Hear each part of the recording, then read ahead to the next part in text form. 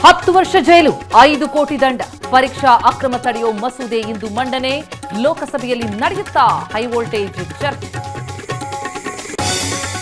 neat ಪರೀಕ್ಷೆ ಸುಧಾರಣೆಗೆ task force Nandan ನಿರೇಕಡಿ ನೇತೃತ್ವದಲ್ಲಿ ಕಾರ್ಯಪಡೆ ಪಾರದರ್ಶಕತೆ ತಂದೇ ತರ್ತೀವಿ ಎಂದು ಮೋದಿ ಘೋಷಣೆ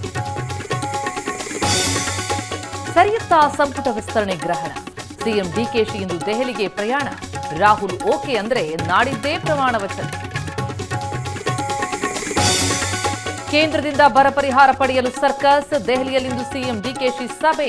ಎಚ್ಡಿಕೆ ಸೋಮಣ್ಣ ಸೇರಿ ರಾಜ್ಯದ ಸರ್ವ ಸಂಸದರಿಗೂ ಆಹ್ವಾನ ಮುಲ್ಲಾಗಳ ವಿರುದ್ಧ ಹೇಳಿಕೆ ತಂದಿಟ್ಟ ಸಂಕಷ್ಟ ಸಿಟಿ ರವಿಗೆ ಖಾಕಿ ನೋಟಿಸ್ ವೇಳೆ ಹೈ ಡ್ರಾಮಾ ಸತ್ಯ ಹೇಳಿದ್ದಕ್ಕೆ ಕೇಸ್ ಎಂದು ಶಾಸಕ ಸಮರ್ಥನೆ